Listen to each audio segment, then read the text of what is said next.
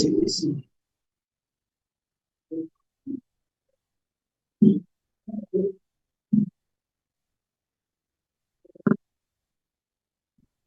Masih mana?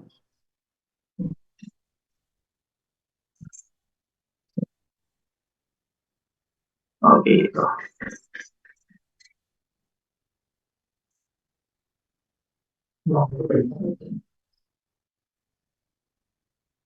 Alright. Can you type number 6 in the chat if nakikita nyo na yung PowerPoint ko?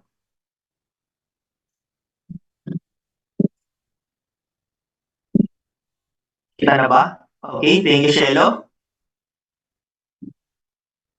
Alright.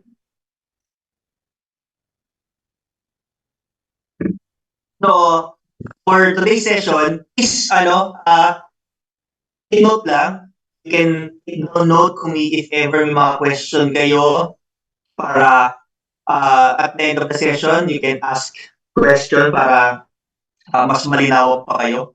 So, my goal today is para mas ma-share sa inyo na maintindihan nyo how Facebook ad works and paano talaga nagraran ng Facebook ads. So, yun. So, before anything else, is it okay? Humingi ako ng information sa inyo na magpakilala muna ako so that malaman nyo kung paano kayo matulungan. So, okay lang ba yun? Yun type number 1, if okay lang yun sa inyo. So that I can proceed. Alright, thank you. So, para kanino ba to? So, if you're a beginner katulad nila Ramon, Facebook ads, so para sa inyo to. And kung gusto mo pang mas matutunan kung paano talaga ginagamit yung Facebook ads, then probably this is for you. So, sino ba ako and paano ako nagsimula? So, by the way, I'm Harvey De Leon. And, kasi employed din for 9 straight years. Sino dito yung employed until now? Let me know in the chat, sino ba yung employed dito? May employed ba dito? Wala. Okay, wala. So, I was employed for 9 straight years before ako nag-start dito. So, until nag-start yung pandemic, so doon ako nag-start maghanap ng another ways of, another stream of income. So, ang ginawa ko nun, I was a student, dropout student din, nung college. So, nung nagtrabaho ako sa Cavite, alam niyo naman sa Cavite, sobrang pag-bill rate, sobrang baba ng rate. Nung nag-start ako, I was earning 315 pesos per day. 315 pesos. So, doon ko na-realize na mahirap pala talaga kumita, lalo na pag nasa probinsya ka. Until na-discover ko yung network marketing. So, nung na-discover ko yung network marketing na-realize ko na may other way pa pala para kumita. So, how many of you here yung sa iba't ibang network marketing? Can you type me in the chat? Sino na rito na mga nag-join sa iba't ibang network marketing company? Meron ba? Other than me? Lahat po. Ayan. Si Glenn. Si Shell rin. Okay. Nice. So, yeah. Year 2015 na, introduce ako sa isang network marketing na itago na natin sa pangalang JC. So, yun yung unang company na nakalihan ko. So, after that, lipat-lipat na ako ng company until nangyari na nasunog. So, newbie lang ako sa network marketing and kasi yung mentor ko, parang iniwan ako. So, nasunog. So, what happened? Nag-try din ako ng iba't ibang negosyo. So, isa nagtatrabaho ako sa manufacturing company, I decided na magbenta ng iba't ibang products like yung mga mini stickers, sapatos, yung selfie stick, yan, nauso yan, mga year 2016, mga bags. So, what I did, ang ginagawa ko, pupunta ako sa Baclaran.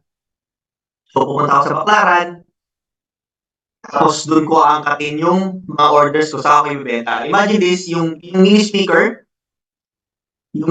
na to, nakukuha ko siya ng 100 to 250 pesos tapos binibenta ko siya sa company namin ng mga 650 pesos mga katrabaho ko. So yun, doon ako kumita sa pagbebenta ng produkto. So, what ginagawa ko, the whole week order ako until Friday, tapos last order ko ng mga Saturday, tapos babiyahe ako ng Baclaran ng Sunday, ibibigay ko rin sa kanila ng Monday. So, ganun lang umiikot. Pero, siyempre dumating yung time na nakakapagod din. So, i-stop ko na rin siya. So, ayun. So, nag-stop yung pagbebenta ko ng other products. Pero, yun nga, dumating yung pandemic. Yun dito yung tamaan ng pandemic. So, most probably lahat naman tayo tinamaan ng pandemic. So, nagtatrabaho din ako noon.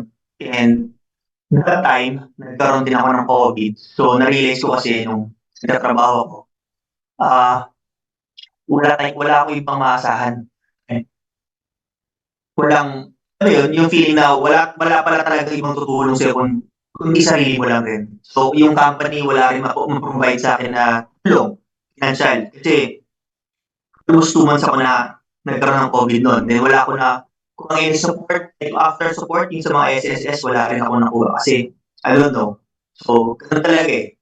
So, wala naman ako sinisisi, and thankful pa nga ako kasi nangyari yun. So, doon ko natuklasan yung digital marketing.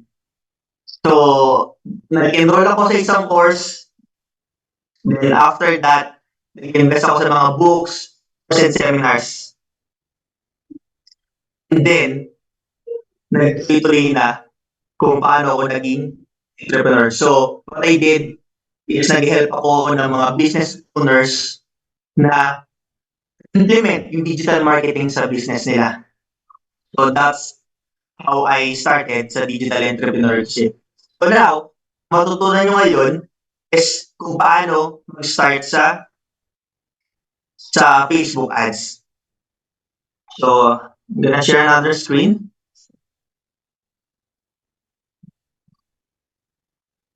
And here it is.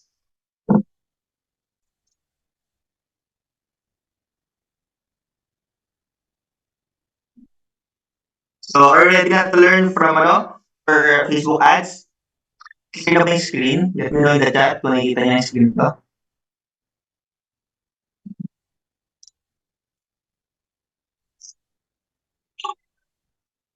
Right. Kita na po. Okay, thank you. So, Facebook ads for beginners. So, there are 3 things na i-share ko sa inyo before ko i-share sa inyo yung kung paano mag-setup ng Facebook ads. Kasi most probably, most people, lalo na yung mga pagod sa Facebook ads, ang gusto nilang matutunan agad is paano agad mag-run ng Facebook ads. Na hindi tinuturo ng karamihan sa mga coaches is itong mga ginagawa, which is sobrang ito yung mga napagdaanan ko rin na hindi na ituro ng mga coaches agad-agad. So, number 1 is foundation. It's all about mindsetting.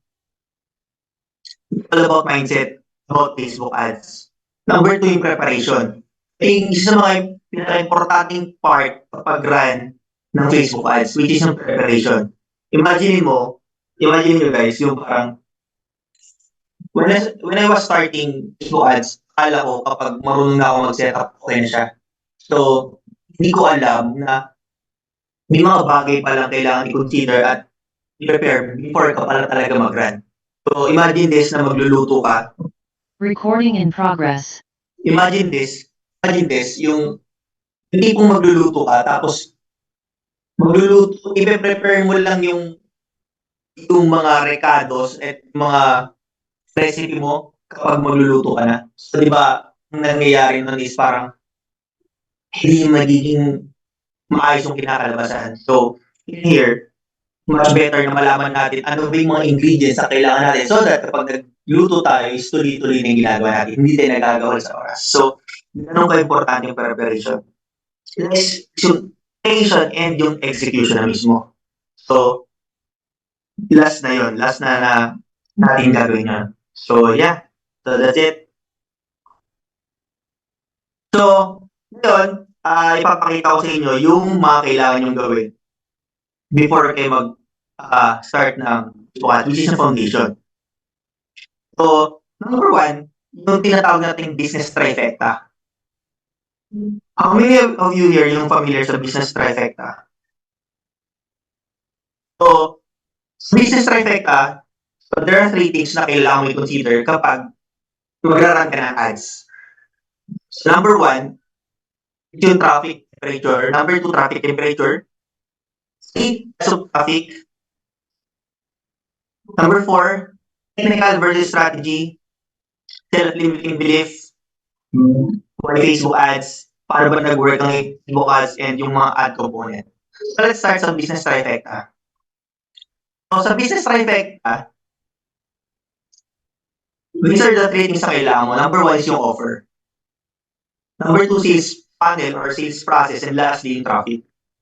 So, sa business trifecta, ito yung kailangan mo before ka. And ito yung usually ginagawa ko pati sa mga clients ko pag talaga ako mag-run ng ads. So, I need these three things. Kahit anong industry, kahit anong niche, ito laging tatlo na ito yung kinoconsider ko.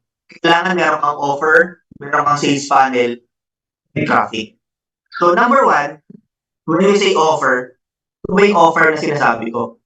Magkaiba yung product versus offer. So, dito, product alone kasi, yung mga tao hindi lang sila basta bibili sa product. So, dito, kailangan alam natin ano ba yung binibenta natin. Let me know in the chat, ano ba yung binibenta nyo? Ano ba yung plano nyong ibenta?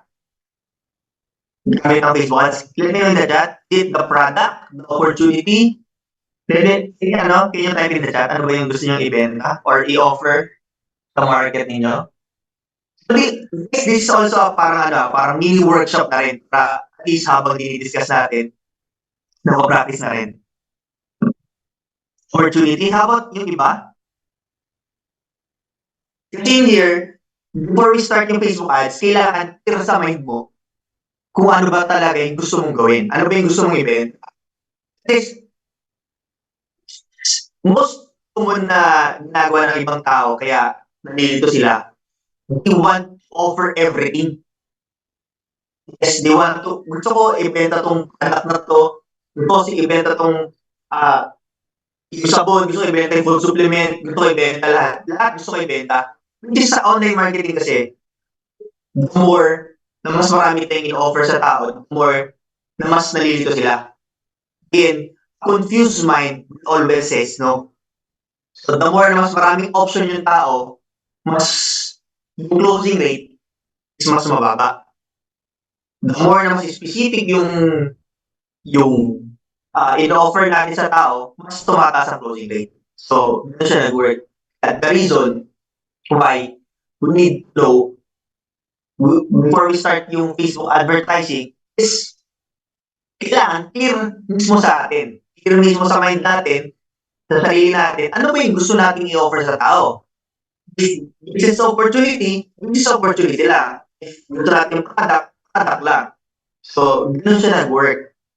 Clear ba yun? So, now, if that's clear, let me know in the chat, ano yung gusto mo talagang i-offer sa market mo or sa magiging target market mo? Is it the product of the Far East or the business opportunity itself sa Far East? So, mamaya, mas maintindihan nyo kung bakit natin kailangan niya. So, yun, let me know in the chat. Si Multitude, opportunity. Far East system.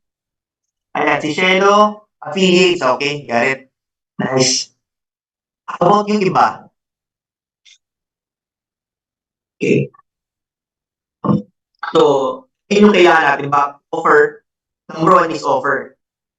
Kailangan natin position muna kung ano ba yung i-offer natin sa tao.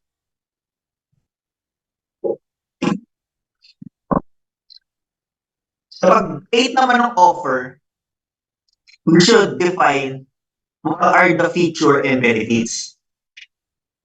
So, to have a brief explanation lang, feature and benefits is, example, cellphone. Imagine this, sa cellphone, kailangan sa left side yung features, sa right side yung benefits. So imagine this, nagbebenta ka sa isang ah nagbebenta ka sa isang hindi techy na tao, nagbebenta ka ng cellphone. So features, it's all about technicalities. So for example, 4,000 milliampere na battery, merong 32 megapixel camera, tapos merong 80 gram 5.7 inches na panel. So most probably, kapag hindi techy yung kausap mo, hindi nila maintindihan to. Pero kapag sinabi mo sa kanila yung benefits like itong cellphone na to, it would last 12 hours without charging. Tapos yung camera nito, sobrang ganda na halos katumbas ng cellular camera or professional camera. Kasi 80 gram, instead of saying 80 gram, you can say na kahit mag-open ka ng 5 app na sabay-sabay, pwede mong gamitin na hindi naglalag yung cellphone mo. So, having an offer is parang mas ginagawa mong clear sa tao yung messaging na gusto mong ibigay sa kanila. Let's say sa business opportunity. Let's say sa business opportunity na i-share ninyo.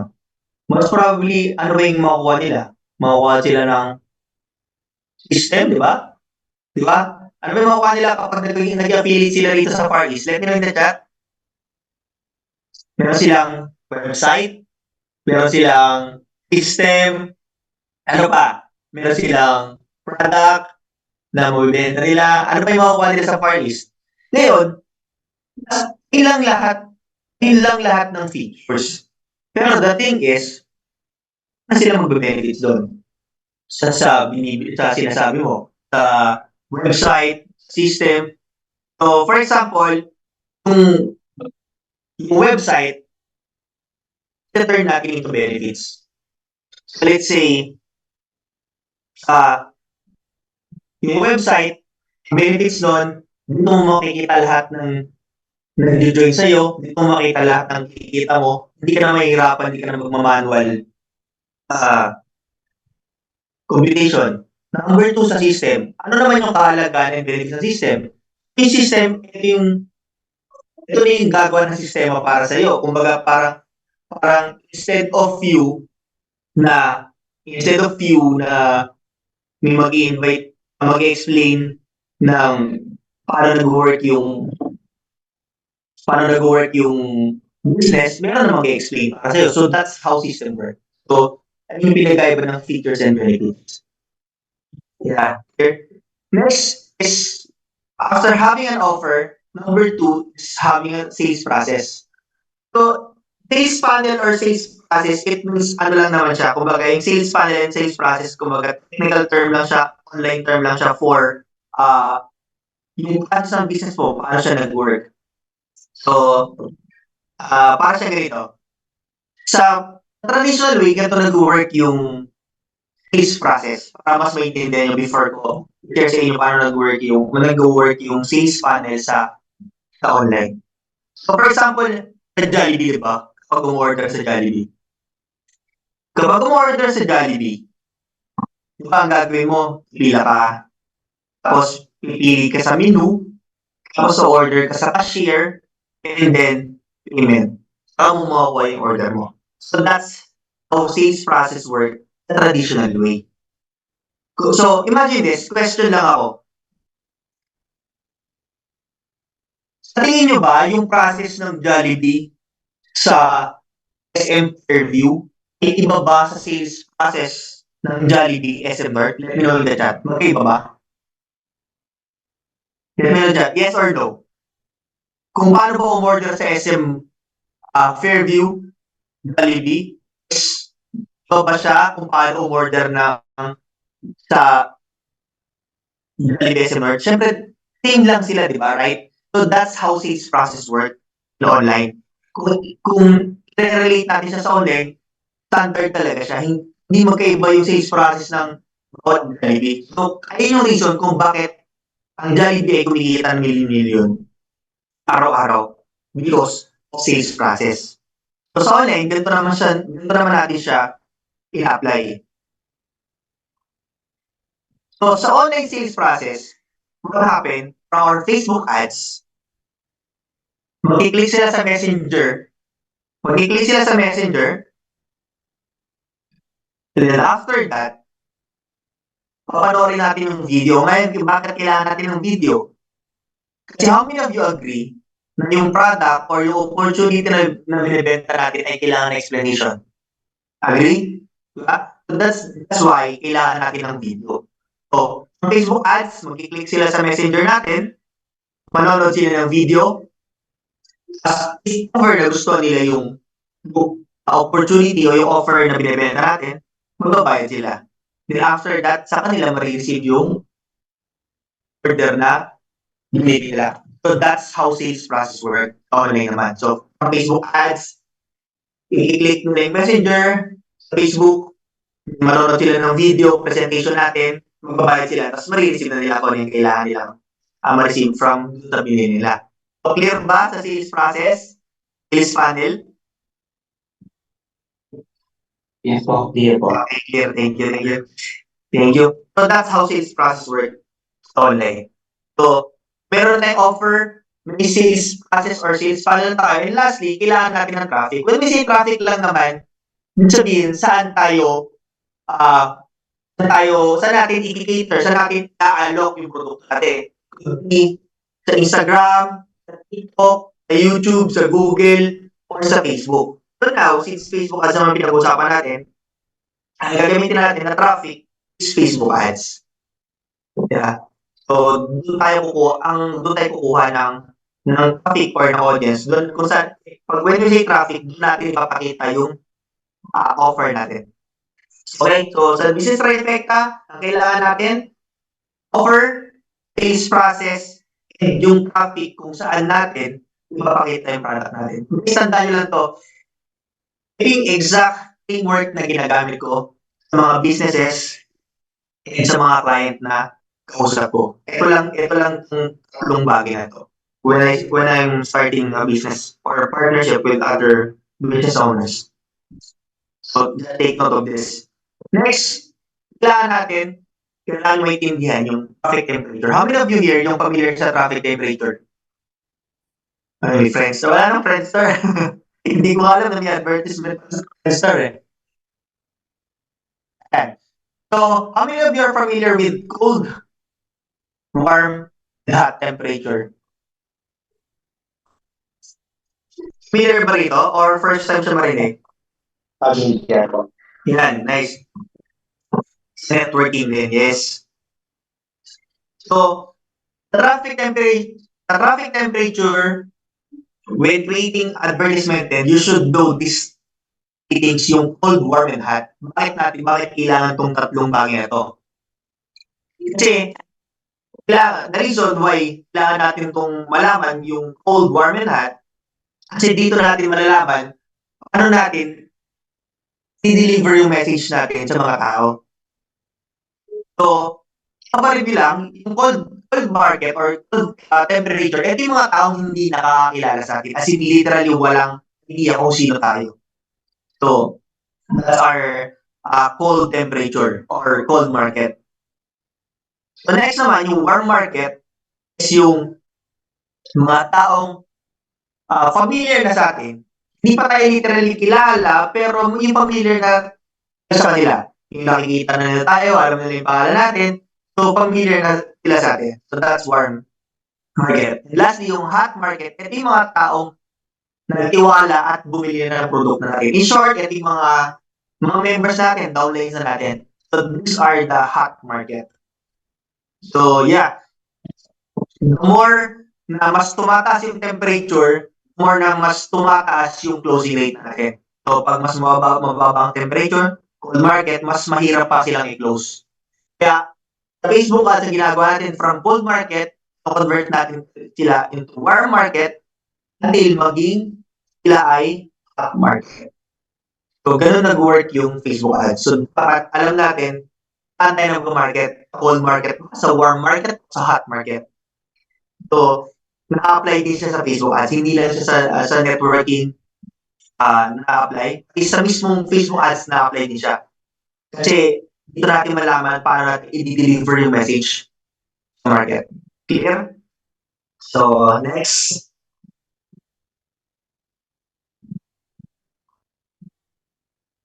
Next is yung types of traffic.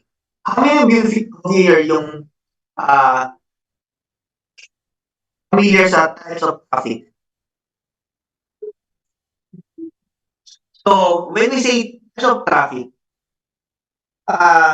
before I proceed, meron lang ako i-share sa inyo. Heavy traffic, moderate traffic. Okay. When we say traffic, ito yung audience natin. Okay. So, before ko i-share yan, pakita ko muna to. Sa internet kasi, or sa advertising, meron kasi tayong tinatawag na brand advertising. Brand advertising. Yan. Number 2 is direct response advertising. Yan. So, there are two types ng advertising. Brand advertising and direct response advertising. Brand advertising, ito yung ginagawa ng mga brands. Like Coca-Cola, Jollibee, ano ba yung mga big brands? Mga BDO, ano ba? Kaya tayo pinagkata, ano ba yung mga big brands? Ano ba yung mga big brands na nag-advertise? Imagine this, yung mga big brands na to, Nike yan. Imagine this, yung mga big brands na to, kilala sila, but still, yan, Toyota.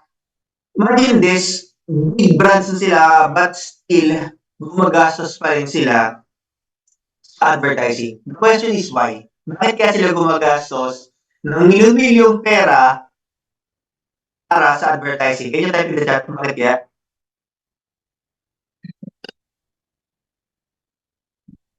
Can you type? Can you guess in the chat? Bakit kahit kilala sila? Yes, tama. Brand recall. Kasi gusto na mga for more sales, hindi siya for more sales. The reason kaya sila nag-advertise is para ma-recall sila ng mga tao. Ito, para mapatunayan ko yan, na gusto nila sila yung ma-recall kahit big brand sila. Imagine this, pag tinanong kita ng fried chicken, ano yung unang-unang mong may isip? Type in the chat. Pag sinabi kong fried chicken, ano yung unang-unang mong may isip? Jollibee. Yes. Jollibee, di ba? Jollibee, Chicken Joy. Jollibee agad unang mong isip. That's why, that's also part of marketing. Kapag ikaw yung malalaman mo kapag effective yung marketing mo, marketing ng isang brand, kapag natatandaan siya ng tao. So, the reason kahit kilala sila, yan, top naman. Kasi ayaw nilang makalimutan mo nila. Yun nila kapag nag-isip sila ng chicken, agad yun ang maisip. Jollibee, di ba? So, that's why, nag-advertise pa rin sila despite na sobrang laki na ng brand nila.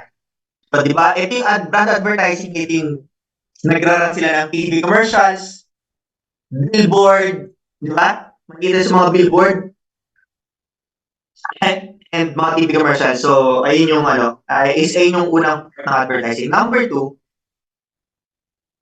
is yung direct response marketing, advertising. When we say direct response advertising is nag-advertise tayo make a sale. Imagine this. Tandaan ko lang sinabi kanina ni Shelo, for more sales. Actually, yung brand advertising, hindi sila nag-advertise for more sales. Nag-advertise lang sila para maging sila yung top of mind ng tao. Imagine this, sa tingin nyo ba, yung mga brands na to, nalalaman nila kung saan nanggagaling yung sales nila? Nalalaman ba nila, tumaas yung sales ko dahil sa advertisement ko sa commercial? Nalalaman ba nila na tumaas yung sales nila dahil naglagay sila ng billboard sa EDSA? Yes or no? Nalalaman ba nila?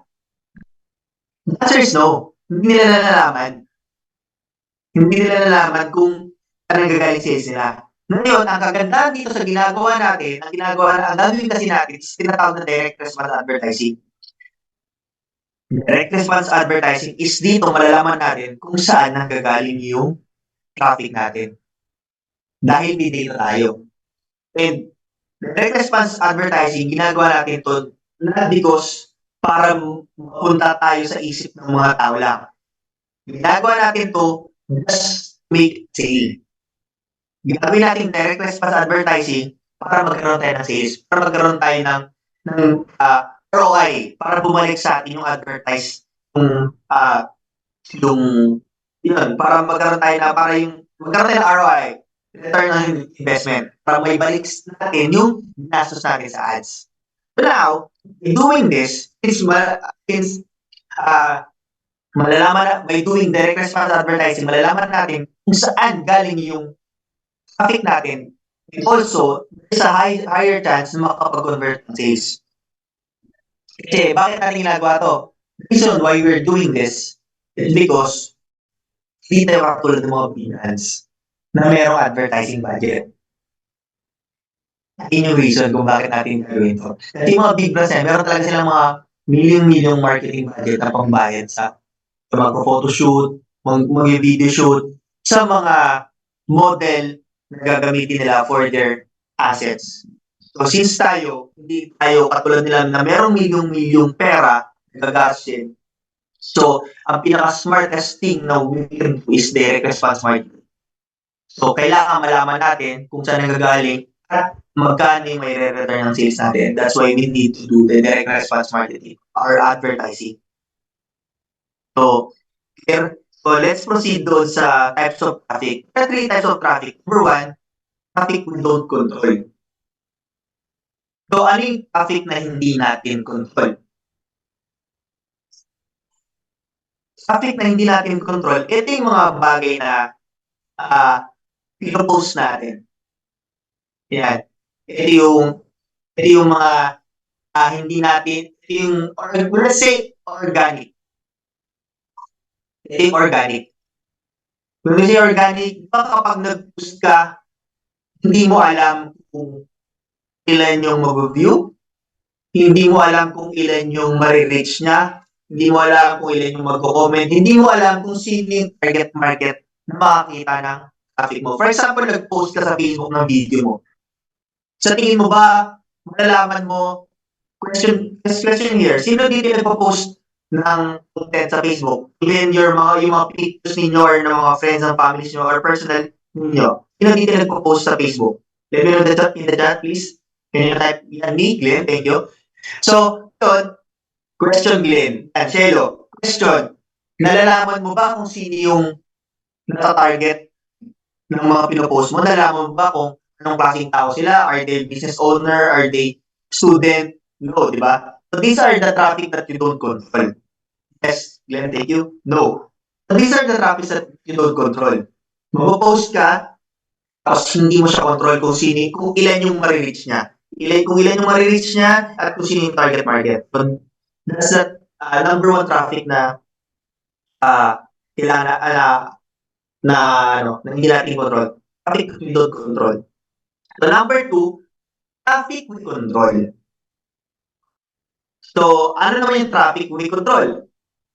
Traffic we control, in short, this is paid ads or Facebook ads.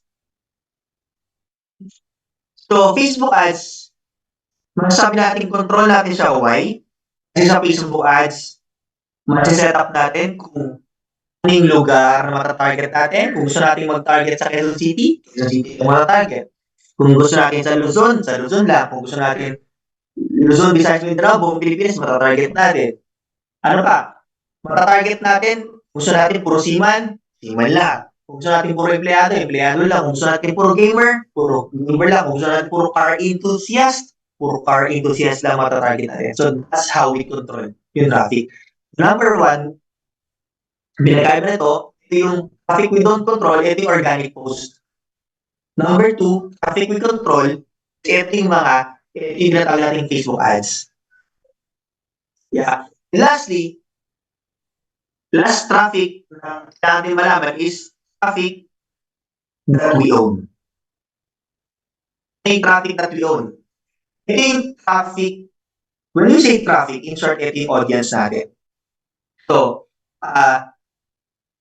kung papansinin mo, sa first na traffic, wala tayong control. Kumbaga, hindi natin gather yung data yan. The last part of traffic is traffic that we own. Ibig sabihin, ito yung kinokolekta natin yung traffic natin. Sabihin, alam natin kung sino sila, kagasan sila, anong details nila, anong email nila. So, it will depend kung ano sa atin. Now, question, Harvey, bakit natin kailangan ito? Kasi again, guys, to give you a backstory, when I was starting in Facebook ads, before I proceed, sino dito, di ba nag-Facebook ads na sila, may mga nag-Facebook ads na dito, sino dito yung na-ban or na-restrict ng Facebook ads? Sino dito? Let me know in the chat. Or sino dito yung na-ban na yung page, na-restrict na yung page? So, po sa dating page ko, Carla, doon, di ba? So, what happened? What happened nung na hindi ka na makakapag-advertise, wala ka na rin access doon sa contacts mo. So, the reason, bakit kailangan natin ng traffic, yung traffic natin, kasi, guys, si Facebook hindi natin sa control. Ito lang gusto ko tandaan, si Facebook hindi natin sa control. Nakikigamit lang tayo ng Facebook. Ayun yung reason kung bakit natin kailangan ng traffic ng sarili natin. Ayun yung reason kung bakit natin kailangan i-collect yung details ng mga taong mag-engage sa ads natin. Ayun yung reason kung bakit some of advertisers, kung napapansin nyo, kinukuha yung email ads. Many of you here yung nagbigay, nakakita ng ads tapos nagbigay ng email. Hindi nila naka-experience na. Let me know in the chat nga, type number 1 in the chat, yung naka-experience na. Yan, si Byron, yung Cello. Diba? Kasi yung advertisers na yun, they're trying to create their own traffic. Kasi bakit? Alam kasi nila na darating yung time, kapag yung dumating yung time na maban sila ng Facebook, ready sila. Kasi guys, once na maban ka ng Facebook, as long as meron kang email address or any contact information, kahit number lang, email address or phone number nung tao na yun, as long as meron kang data na yun, kahit maban yung Facebook ads mo or hindi ka na makapag-advertise, you can create a new one sa pag-advertise. You can create a new business manager account. Tapos you can use that email and phone number to target those contact. Ngayon, yun yung kahalagahan kung bakit kailangan mo magkaroon ng sariling contact.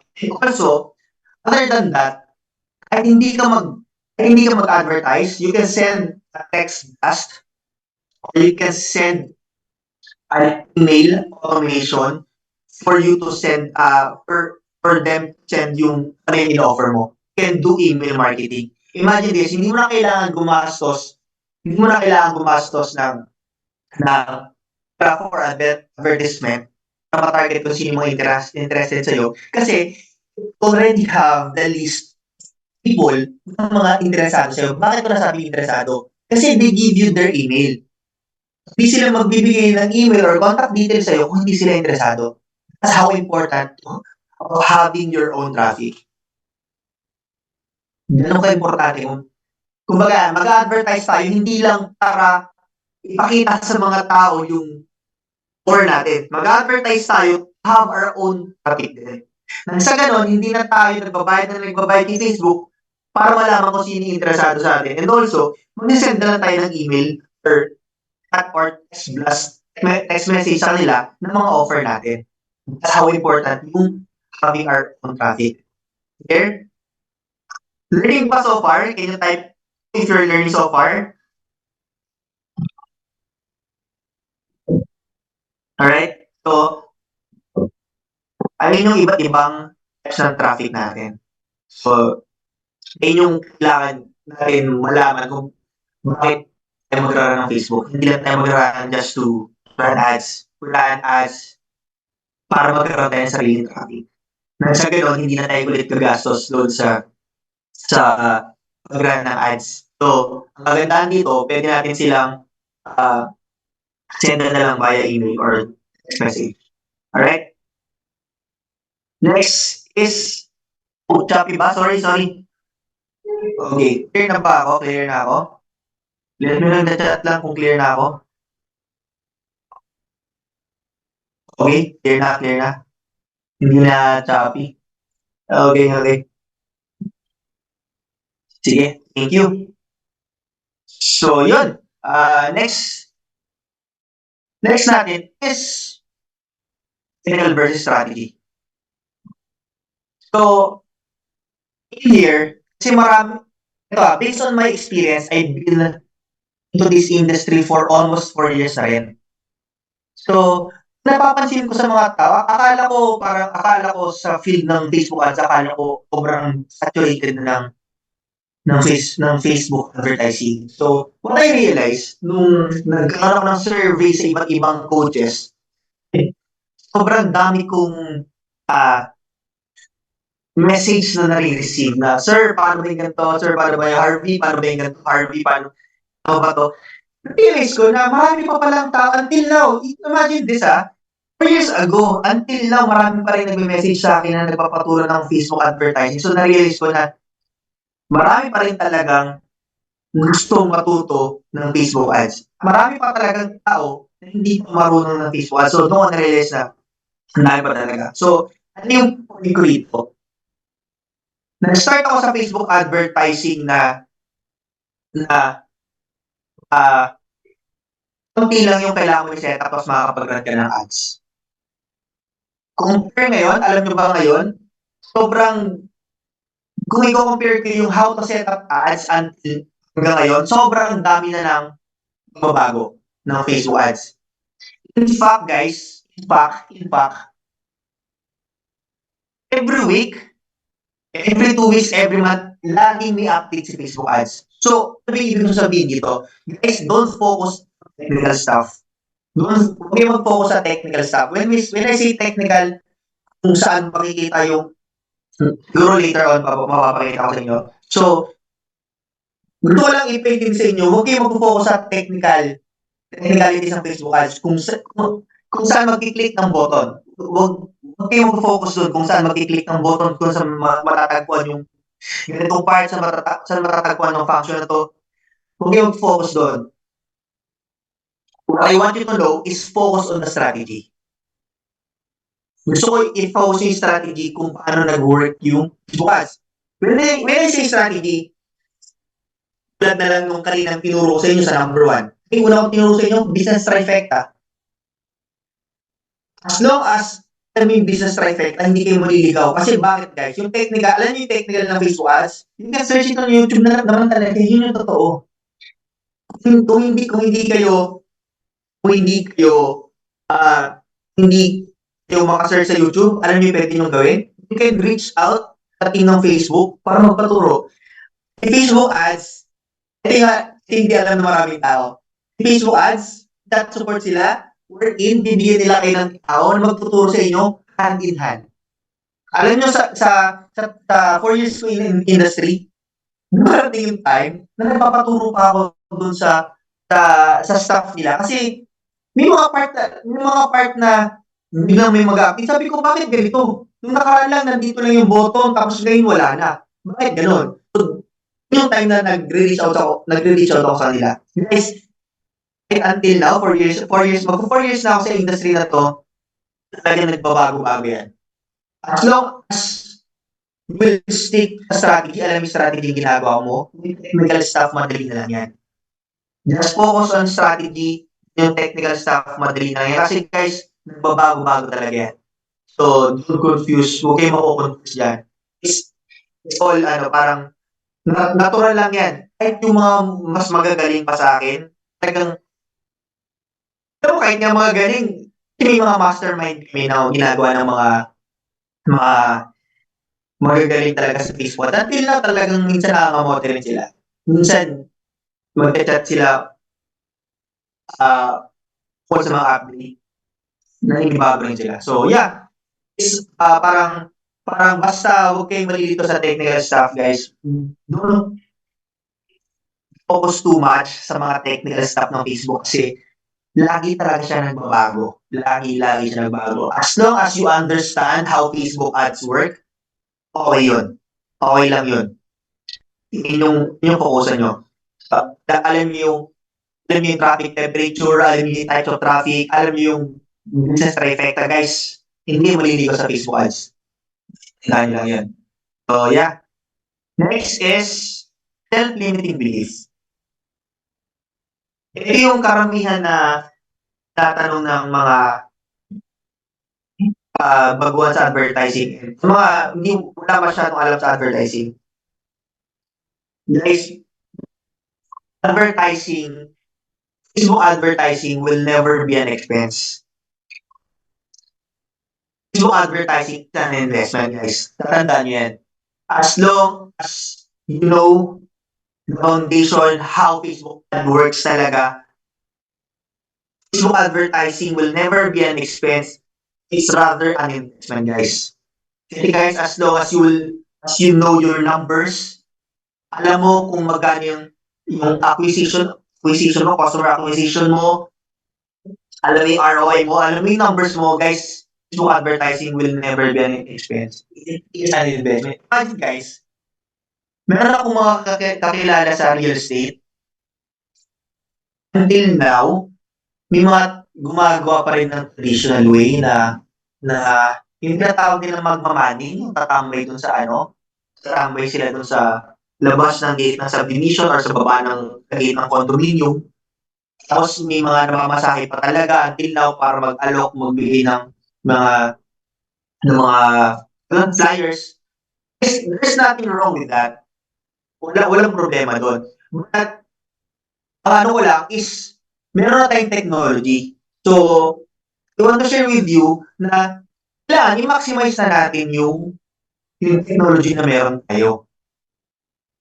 Okay lang na gawin mo yung pagmamani, okay lang gawin mo yung mga manual or traditional way, okay lang yun kasi doon ka sanay. Pero, what I want you to know is we need to maximize yung technology natin. Kasi guys, wala nang imposible ngayon.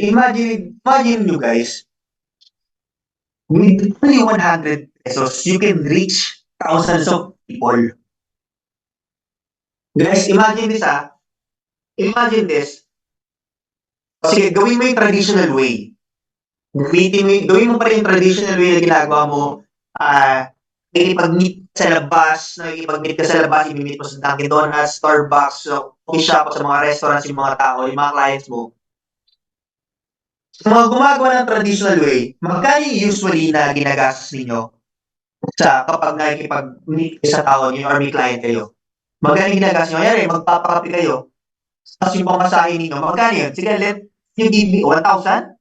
See? 1,000, 1K per day minimum? Kasi mamasahe or magpapagas ka pa? Hindi ba? 500 to 1,000? Thank you, Shelon, Glenn. Thank you, Multijun. Guys, imagine ninyo, alam nyo ba, sa Facebook ads, kapag yung Byron, 1,000, alam nyo ba, sa Facebook ads, kapag nag-start ka pa lang, 1,000 pesos para sa'yo is malaki na. Kapag bago ka pala sa Facebook ads, minimum 400 pesos is pwede na. With 100 pesos, you can reach 1,000 of people. Yes. So imagine this, bawasan mo lang yung budget mo dun sa ginagawa mo sa traditional, bawasan mo lang, maglaan ka lang ng at least 100 or 200 per day para sa advertisement mo, para mas marami yung ma-reach mo. Guys, mas malaki yung makukuha mong, mas malaki yung ma-reach mong data and yung difference, guys, again, this number game, sige, parang malinaw na lang sa inyo. Guys, this is number games. When I say number games, the more na mas marami kang pinapakitaan ng tao ng opportunity mo, the more na mas tumataas yung conversion rate mo. The more na mas tataas yung chance mo na may ma-close ka. Mali. Yes or no? In the chat. Di ba? Kapag mas marami yung napapakitaan mo, syempre mas mataas yung chance. Mas konti yung chance, syempre. Again, number games to. So, doon lang siya nag-work talaga. Number games lang siya. So, kaya if ever na gusto mo talagang gawin yung traditional way kasi gusto mong kumakausap ka ng tao, okay lang yun, gawin pa rin yung traditional way. I want you to know na there are another strategy na you can do para na mas marami ka pang ma-reach out ng mga tao na makaalam ng opportunity mo. Yeah, thank you, Glenn. Numbers game. Tama. So, yun. So, again, Facebook ads is never an expense, but rather an investment. So, clear ba tayo doon? Kasi yung karamihan sa mga tao na, and even me, nung nag-start ako na, ay, wala akong pera kasi dito. Pero, lumalabas ako, nakikipagkita ako. Gumagaas ako ng almost 1,000 din per labas ko kasi lalabas. Kasi, kumbaga, dito lalabas ako, magpapagas ako, ay, sabi ni Byron and Cello, kung isipin ang lalabas, isipin ang babalik. Yes, tama yun. Imagine nyo guys, no? Imagine nyo, di ba? Imagine nyo, gastos ka ng 100 per day. Sabihin, ay, gumastos ako ng 500, tapos wala namang bumalik. Imagine this, guys. 500 lang yung, imagine this. Gusto mong kumita ng, magkano gusto nyo kitain dito sa business na to? Let me know the chat. Sige, gusto ko lang malaman. Gusto ko lang mag-idea. 7 figures? 1 per month? Okay? Thank you, Glenn. Byron? Imagine this, guys, no? Gusto mong kumita ng 7 figures or 1 million per month, pero nangihinayang ka sa 500. Di ba? Gusto mo gastin na ng 500, tapos gusto mo kumita ng 1 million. Imagine that, guys, na kung magkano yung gusto mong kitain. So, kailangan, you need to invest din.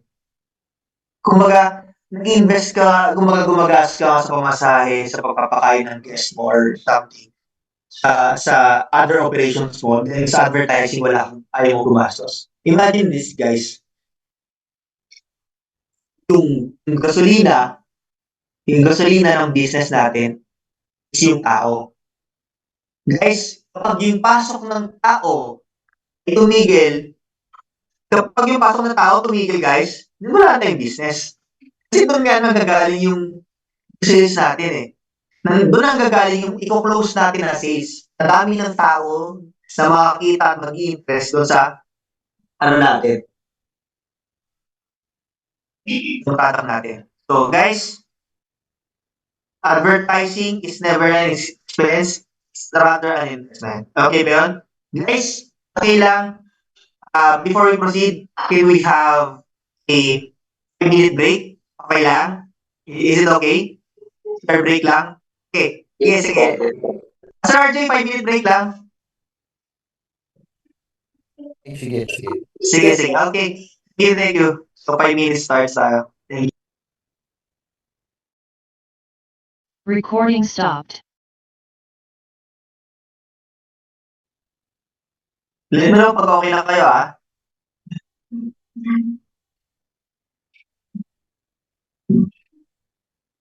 Okay na?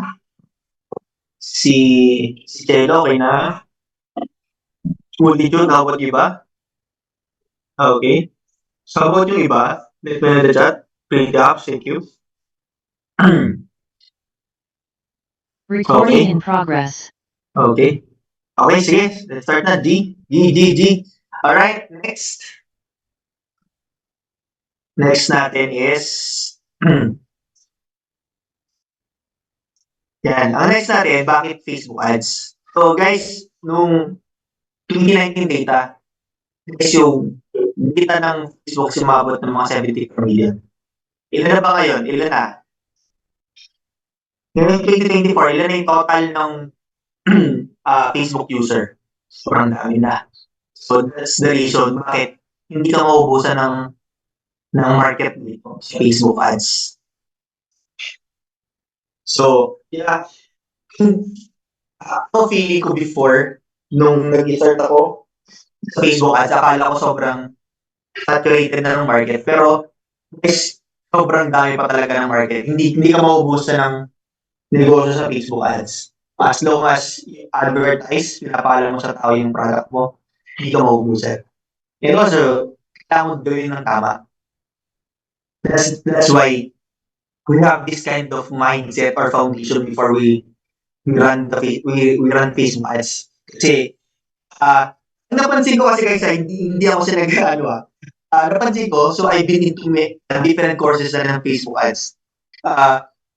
Ang nangyayari kasi sa mga Facebook course na ano ko, wala silang, although okay naman siya kasi direct to the point Facebook ads talaga. Pero, kasi bilang baguhan, kapag baguhan yung tinuturuan ng Facebook ads, kailangan i-share ko talaga yung ganitong mindset before they run Facebook ads. Kasi kapag wala sila sa hindi tama yung nila sa Facebook ads, makamali talaga lahat ng gagawin nila.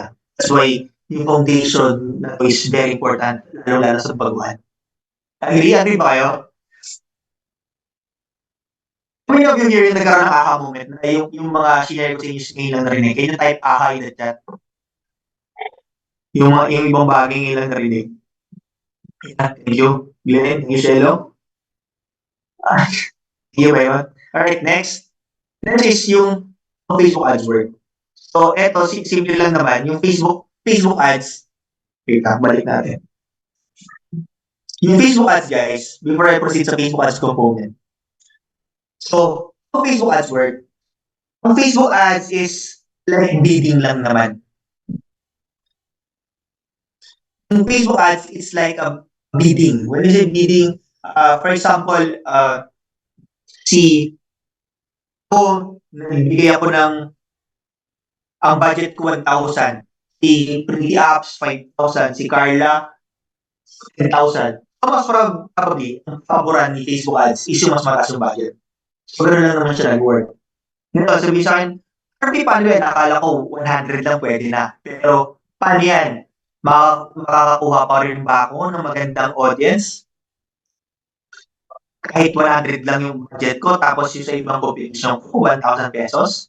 How many of you here yung may ganong question? So, the answer is yes, probably. You can still get good quality clients. Kasi although si Facebook ay leading, there is still another way. So, isi-share ko yan sa mga susunod na kabanata kung paano siya nag-work. Medyo technical na siya, pero hindi siya technical. Or it's more on strategy na siya. So, there is still another way. So, doon lang nag-work talaga sa Facebook. Kapag mas mataas yung budget mo, ikaw yung papaboran niya. So, gano'n siya nag-work. Next, last yung Facebook ad component. Sa mga hindi pa nakapag-run ng Facebook ads or hindi familiar sa Facebook ads, meron siya campaign wherein tanongin ka ni Facebook, ano ba yung objection mo? When we say objection, ano bang gusto mo? Gusto mo ba ng maraming engagement, which is marami kang likes, comments, kaya something ganyan. Gusto mo ba marami kang video views? When we say video views, gusto mo bang maipakita o maraming manood ng video mo? Lead generation, when we say lead generation, ito yung magkokolek ka ng data. Next is messages. Gamit ka ng Facebook page, mag-message sila sa inbox mo. Or conversion, wherein, ito yung klase na ginagamit na objective. Campaign objective ng mga nag-e-commerce conversion rate. So, ito yung mga nagbebenta sila. So, yun. Ito yung isa lang sa mga objective na meron kay Facebook ads. So, ito yung first part, campaign. Number 2, second one is ad set. When we say ad set, dito mo sineset kung kailan mo siya i-run, i-schedule. Pwede mo siyang i-schedule kung kailan mo gusto mo siyang mag-run or kailan mo siya gustong maipakita sa target market mo. Pwede mo rin mailagay dito yung budget mo. And also, dito mo rin mailalagay kung sino yung target market mo. Guys, tignan nyo 'to, makikita nyo rito kung anong location nyo gustong ipakita, anong age, and also anong interest. Tapos guys, ito yung sinasabi ko sa inyong control. Makikita nyo kung ilan yung estimate. So, estimated daily result, 6K to 18K per day. Ito yung numbers ng engagement, 200 to 800. So, yeah, ito yung traffic that we control. Makokontrol mo siya kung ang location, yung age, tapos may bibigyan niya sa'yo kung ano yung estimated reach mo. So, yun, ito yung part ng ad set. Next is, and last, yung ad. When we say ad, dito mo ilalagay yung ad creatives. When I say ad creatives, when we say ad creatives, ito yung ginagamit natin para makot yung attention ng target market natin. It could be a video or an image. So yeah, ito. It could be an video or an image yung pwede natin may pakita sa mga tao. So, ayun. Ito yung tatlong part na pinaset up natin sa Facebook ads. Yung campaign, ano ba yung objective natin sa pag-run ng ads. Number 2, ad set. Ad set natin sineset, sino target natin, ano ba yung interest, pwede gusto mo, ito yung sinasabi ko, pwede mo targetin layman, employee, video gamers, yung edad, yung location. Next, yung ad, wherein dito natin ilalagay paano natin makakot yung attention ng tao, pwede natin gamitan ng video or image. Yan. So, ayun. Ayun yung buong foundation ng ano natin, buong foundation ng Facebook ads. Before we proceed, do you have any question doon sa foundation? Let me read the chat before we proceed sa second part, sa preparation.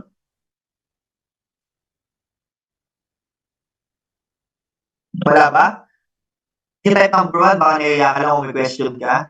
Or number 2, kung wala ka ng question. So that we can proceed na.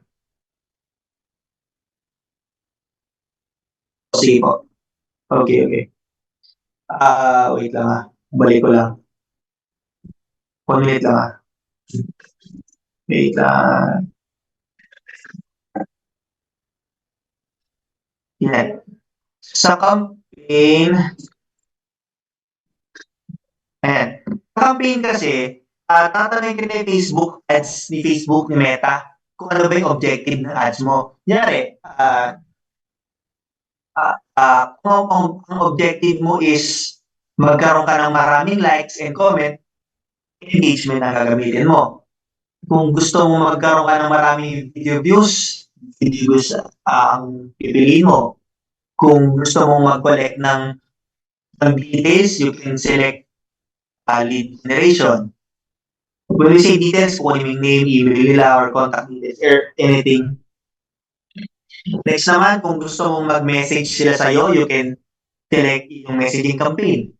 So, yun. Clear ba yun? Sino ba yung nag-question? Sorry. Ayun. Dito hindi. Kunyari, isa lang yung objective mo, isa lang yung running mo, isa lang yung iraran mo.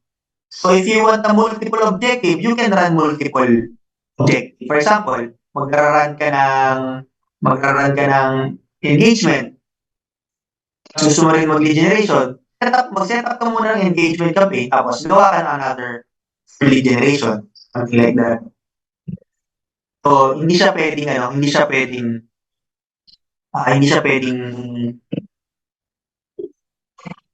multiple objective. One objective per campaign lang. Yes. So, isang campaign na objective lang siya. Yun. Well, anyway, yung mga ganitong technical stuff, i-share ko siya sa next, actual session natin. Okay ba yun? Parang, yun, you're welcome. sabi ni Yung Cello, nung nag-sell ako messages, dami naman nag-messages, pero walang nag-buy. Ibig sabihin kasi sa Facebook, talaga sinusunod niya kung ano yung objective mo. So, kung gusto mong messages, mag-message talaga sila sa'yo. Yun nga lang, mag-vary siya doon sa offer mo. Kasi Cello, baka hindi clear yung message mo. Or baka hindi pa sapat. Kasi guys, ito take note of this. Hindi ka nagrarun ng Facebook ads to sell. Tandaan nyo, you're not running ads just to sell. You are running ads just to attract them so that kapag nag-engage sila, doon ka palang magsisell. Imagine this, guys. Imagine this, ito, ano ba question? Yung lalaki, may nagustuhan siyang babae.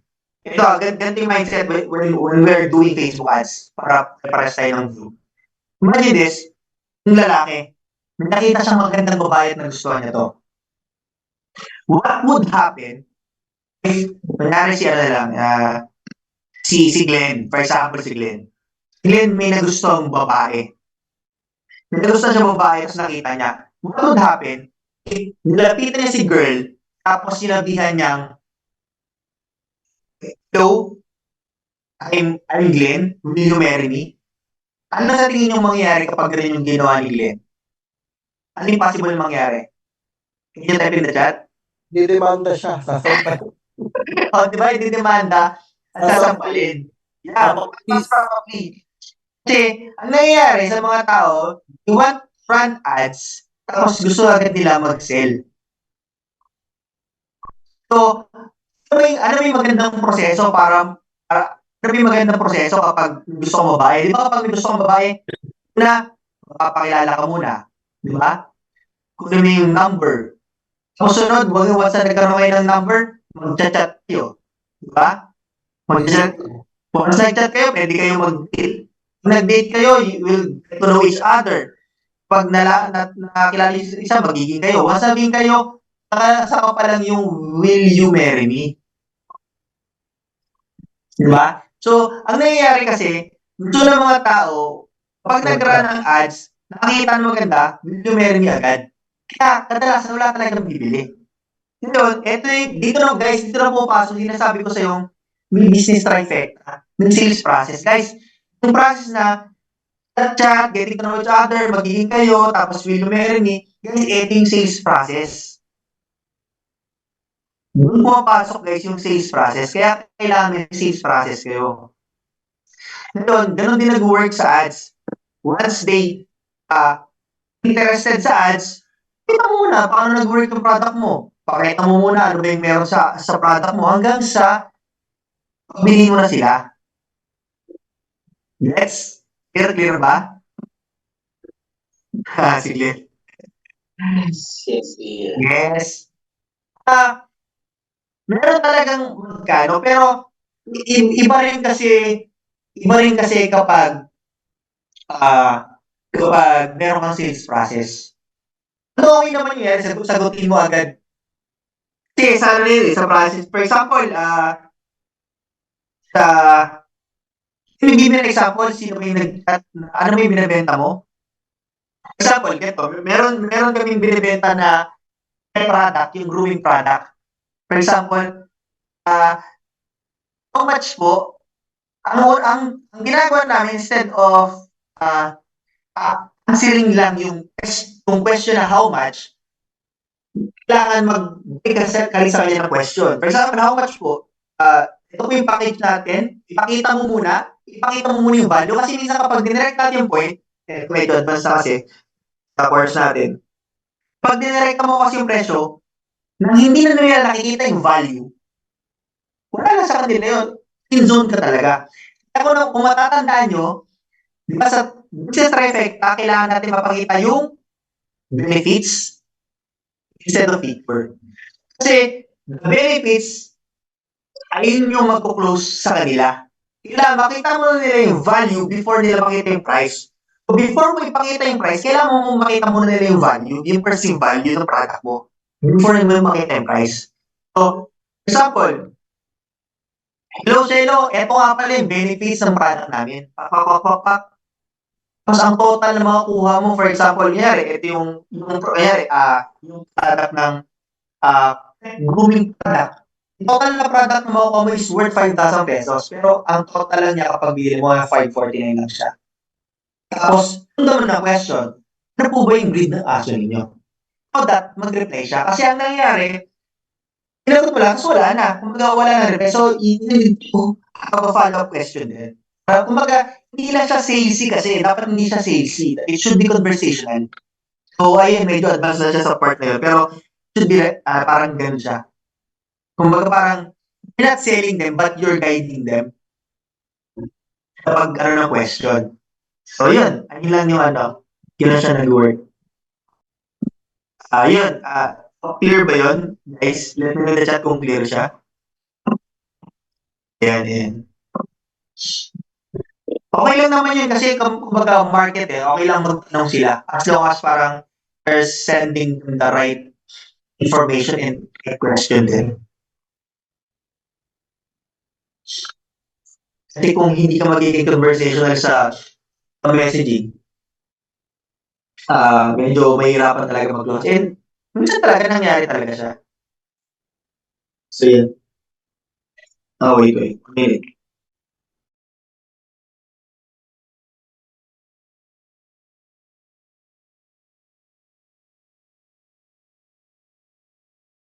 Recording stopped.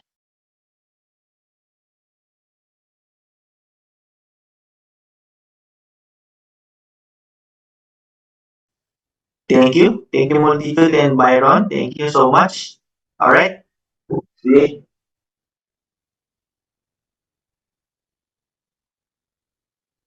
All right.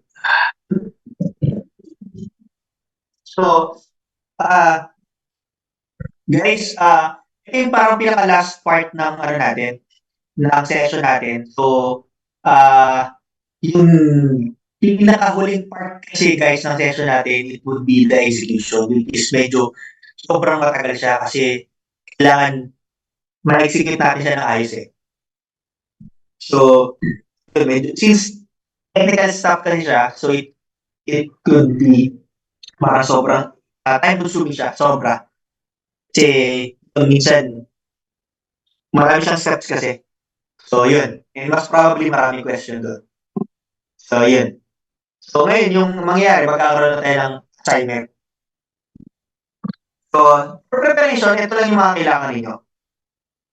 Facebook page. How many of you here meron ng Facebook page na gagamitin for Facebook advertising? Meron na ba kayo yung mga Facebook Guys, ad? Facebook page? Yes, thank you. Meron ako. Meron So ako. guys, because of this, sa next session natin, kailangan meron kayong Facebook page. Hindi restrict na. Ito ba yung recommend app? Bayar mo, Bay Ramon, yun ba yun? Ito ba yun? Or ibang Oh, page? yan. Pwede po. Ayun po. Okay. Salamat po. Alright, welcome. So, Facebook page. Guys, sa Facebook page, kailangan sa paggawa ng Facebook page, guys, kailangan kumpletuhin nyo yung details na nandun. Hanggang maaari kung hindi kayo maglagay ng email, maglagay kayo, kahit number, huwag na. Email, yung profile niyo.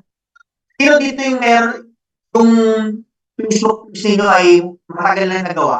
Yung mga 1 month mahigit na. Or sino dito yung mga gumawa ng bago yan? May 19 pa pala. Sino dito yung mga gumawa ng bago? As in literal recently lang. Wala pang isang buwan. Ako po may bago akong Facebook page. Yung Okay. recommend app. Sige.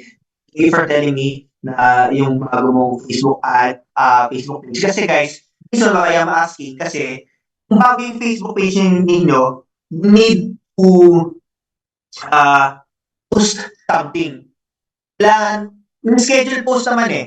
So, ang gawin nyo guys, ang tawag dito warm up.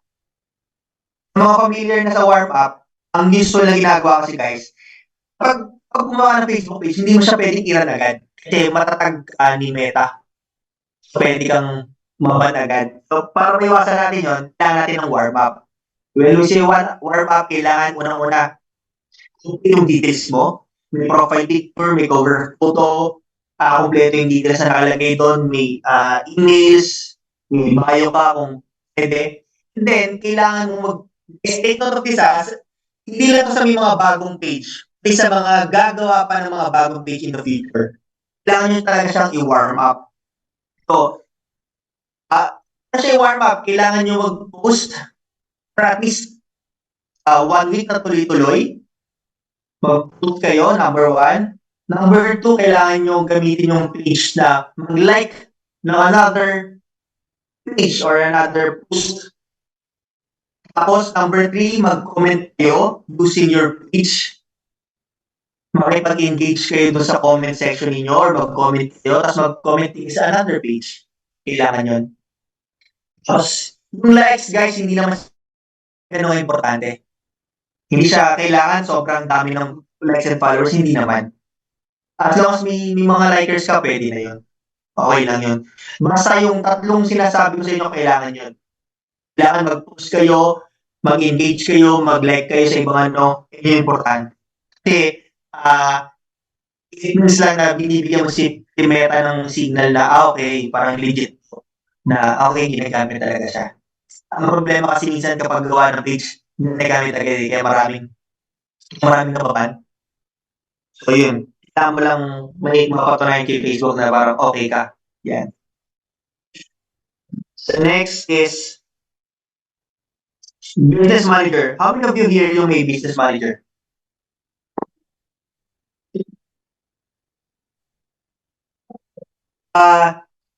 Let me know in that chat. Can you type number 1 if naka-laptop ngayon? So that I can walk you through. 1 sa mga naka-laptop. And number 2 if hindi ka naka-laptop.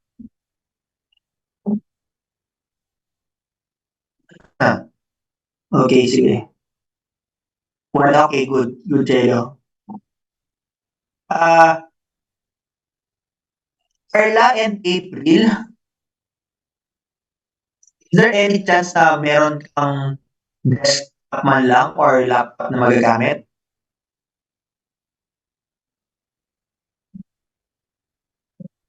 Or kahit hindi sa'yo, kahit mahihiraman lang, walang problema.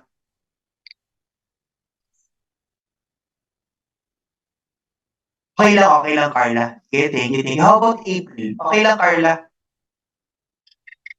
How about si April? Is there any chance na makahiram ka ng laptop or kahit sa mga computer shop? Kasi pwede naman, I haven't tried pa sa cellphone kasi guys, yung cellphone kasi, maliit yung screen and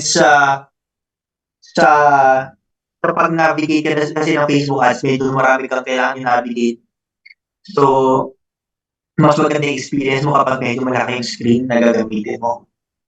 So, ayun yung advantage nun. Okay, good. Okay, isa lang pala. Okay, sige, okay naman pala. Thank you. Okay, at least meron yung importante.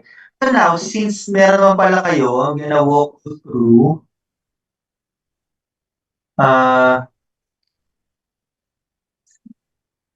I'm gonna type sa business.facebook.com business.facebook.com. Guys, may sinend akong link sa wait lang. Business.facebook. Oh, yan. May sinend akong link dito sa sa chat. business.facebook.com. Pwede nyo i-click kasi dyan natin gusto ko lang malaman para for preparation yan sa next natin. Business.facebook.com. Wait. Kulang pa rin. business.facebook.com/settings. Settings. Kasi kailangan sa business manager. Yung una ko kasi sinend na mapupunta sa business suite. Well, okay lang naman, pero Ito, paano ba?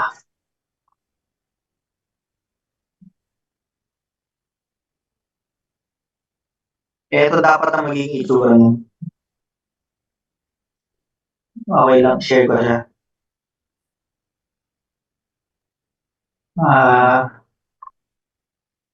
Ito dapat magiging itsura niyan. Yan, makikita niyo business manager. So guys, let me know kung ganito yung nakikita ninyo. If wala, you can create your business. About yung iba, lalinaw muna para we can proceed na. Parehas ba tayo?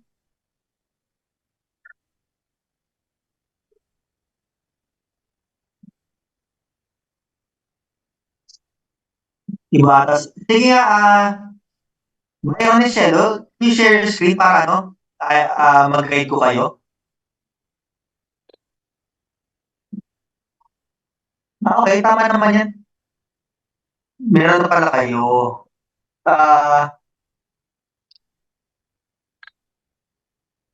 I-click mo nga yan, yung iPhone, click mo nga yan, drop down. Ayan, pwede ka pa naman pala mag-create ng ano, business account. Pwede pa naman. Anyway, ako muna, next session na tayo mag ganyan. At least meron ka lang. Thank you for sharing Byron.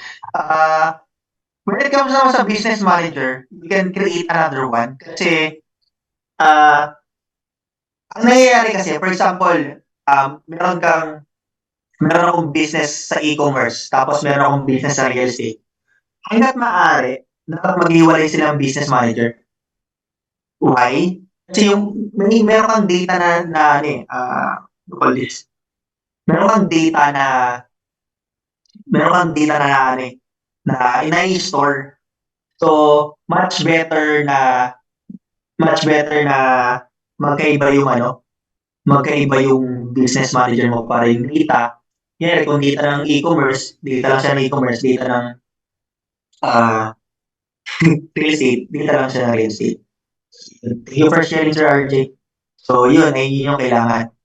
And next, I'm gonna share my screen again.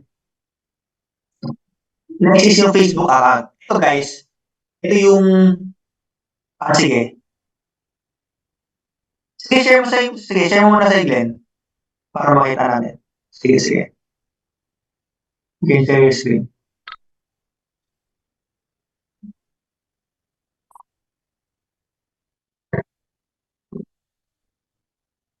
Yan.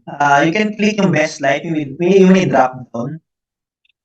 Oh, I see.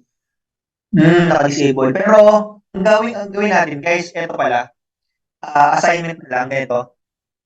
Sa mga hindi pa nakakaano, Glenn, can you scroll down? Pwede ako mag-control, Glenn?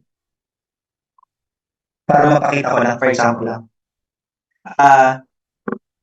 Dito, sa left side ni Glenn, guys, rin ko sa business info, kailangan yung email ninyo verify. Itong email, kailangan i-email to. Kasi kapag yung pinauna mo na sineset up dapat, once na walang email, pwede, tapos nag-run kayo ng ads, pwede kayong maban din agad. So, para maiwasan, kailangan maglagay kayo ng email. For security purposes din to. Tingnan ko yung ibang para, kasi nakita ko naka-disable ka eh. Tingnan ko lang ibang part, add account. This naka-disable ka. Tingnan natin kung pwede ka pa mag-create. Sa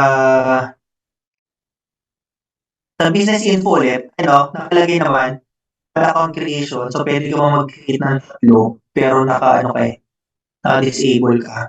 Ang gawin mo, pwede mo mag-create ng business account. Try mo ulit gumawa ng another business account kasi naka-disable ka eh.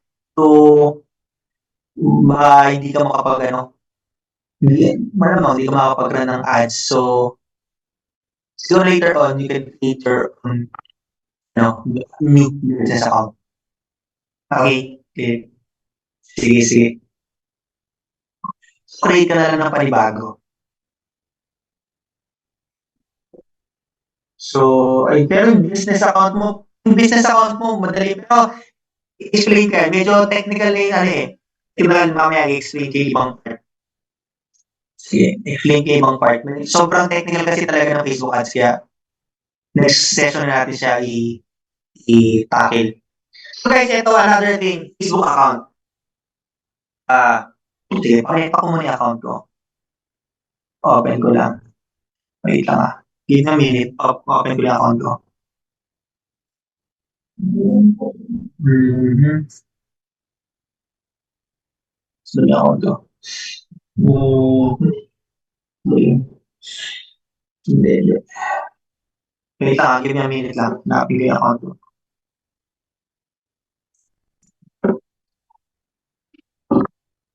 Sa business sa Facebook account guys, how many of you here yung check lang ah, settings.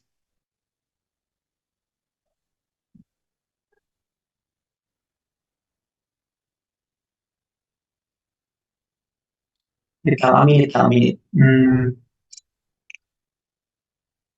Privacy. Hindi, dito yan.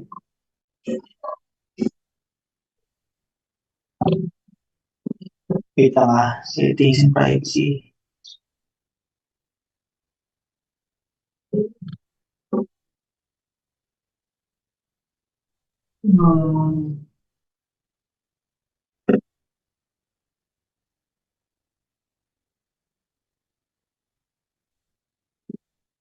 Nalibo kasi siya eh. Meron lang ako ipapagawa sa inyo kasi kailangan nyo talaga yung gawin ko eh.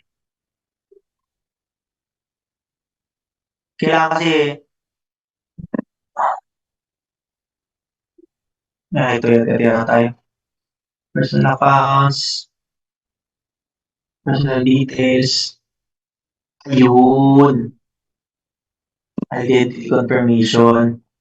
So yun guys, ito. Nagbago kasi yung ano nila, interface. So, ito yung gusto kong i-share sa inyo. I'm gonna share my screen. Ito. So, I'm gonna help you to navigate this. So, dito sa ano guys, for example, naka-home kayo sa Facebook ninyo. Sa right side, may makikita nyo itong icon. Yung icon, click nyo lang itong drop down. Tapos, click nyo itong settings and privacy. Tapos, settings. Yan. Tapos, may makikita kayo account center. Ito yung personal details, yung account verification, account center. Ito itong part na to. Hanapin nyo lang to. Yan. Once mahanap nyo yan, click nyo lang yan. See more action. See more in account center. Click mo lang. Once na maklik mo yan, may kailangan kang ma-confirm na identity. So dito sa accounts, left side, personal details, ito. Sa personal details, kailangan ma-check mo to. Kailangan maano mo to. Maitama mo yung mga details na nandyan. Tapos, identity confirmation, click mo lang to. Tapos dito, sa akin kasi identity confirmed na ako. Pero kapag bago ka pa lang, click mo yung confirm identity kasi magbibigay ka dito ng ID. Kailangan mo ng ID. So, ang mangyari, hingyan ka nila ng ID, hindi, mas okay kung hindi mo siya i-upload, mas okay kung pipicture mo siya na actual. Kasi ang mangyari, kapag may dalawang option ka, it's either mag-upload ka or mag-take ka ng picture na actual. So, based on my experience, mas maganda kung mag-take ka ng actual kasi mas live siya eh, mas magagawa mo, kumbaga parang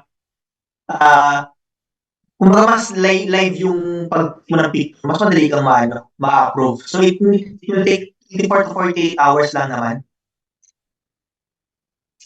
So, yun, importante yun dito. Importante yung pag-confirm. So, ayun yung kailangan. Before that, guys, make sure lang, kasi ito take note of this, make sure lang na yung name na nakalagay sa ID mo ay parehas. Yung birth date, address, guys, take note nila, birth date, address, house name, dapat parehas na nasa ID. Isa yun sa mga kailangan nyo i-take note, guys. Kasi guys, kapag na-detect ni Facebook na magkaiba yung nasa ID mo, tsaka yung magkaiba yun, ang mangyayari is may chance na hindi ka ma-approve. Kasi guys, kapag nakakadagdag din to ng ng parang credibility kay Facebook kapag na-confirm yung identity mo. So, mas yung chance na maban ka, medyo bumababa kahit pa paano. Harb, open mo yung message ko. Oo nga. Harb, open mo yung message ko dyan sa sa screen. Okay lang, hindi. Share screen mo, tapos pakita mo sa akin. Open. Sige. Para lang. Pakita ko yung message mo. Oo. I-share ko. Sige. Share mo. Wala lang. Ayan. Bigla kumakain ng tinapay. Kumakain ba sige? Hindi ko napansin eh. Hindi na namimigay. Sige, continue. Joke lang yan. Nagutom na. Well, anyway, patapos naman na tayo, Glenn. Sige, okay lang. Okay lang guys kung kumakain kayo. I understand. Nakagutom talaga. So, nagutom din tuloy ako. So, ayun. Guys, take note of this. Yung name, birth date, and yung name, birth date, and yung address mo, it should be matched on the ID na ipapakita mo. So, yun. Kailangan ayusin mo muna yung mga details na yun para before ka mag-identity confirmation. So, okay ba yun, guys? Clear ba yun?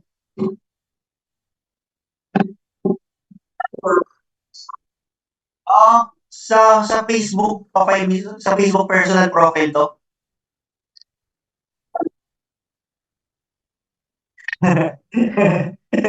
Basta as long as yung huwag muna kayo gagamit ng nickname ko hanggat maaari. Yeah, kasi ang mangyayari niyan, kaya rin nickname, baka sabihin ni Facebook, scammer ka, ganon. Kasi iba yung napangalan ng ID mo, tsaka So, ang gawin mo, pwede mo namang full name mo muna tapos palitan mo na lang afterwards. Pag after ilang months na. Basta importante makapag-run ng ads. Huwag ka mahiya, Israel. Ikaw naman.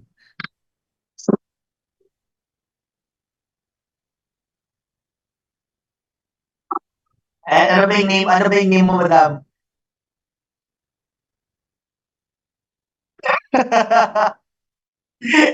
Ang haba ka. Pero anyway, maintindihan namin ni Facebook yun. So, kailangan talaga.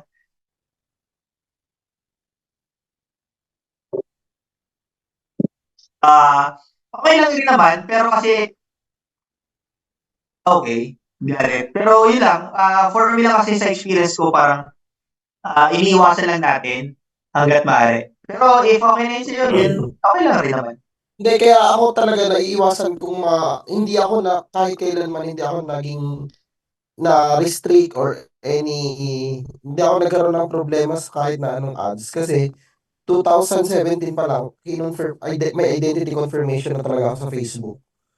May nagbigay na ako ng ID na ganyan, simula na nag-run ng ads. Kaya wala naging problema sa kahit na ano. Kaya mahalagang bagay din talaga yan, yung identity confirmation ka. Yeah, so ayun. Ayun yung may tanong po ako. Yung ipapakita ko yung screen ko kasi hindi ko ma-share yung screen ko sa computer. Ayun, sir. Hindi ko naman nakita ninyo. Sige po. Yan po yung business.facebook.com.setting. Sa papasok po. Facebook business.facebook.com/settings po. Sige po.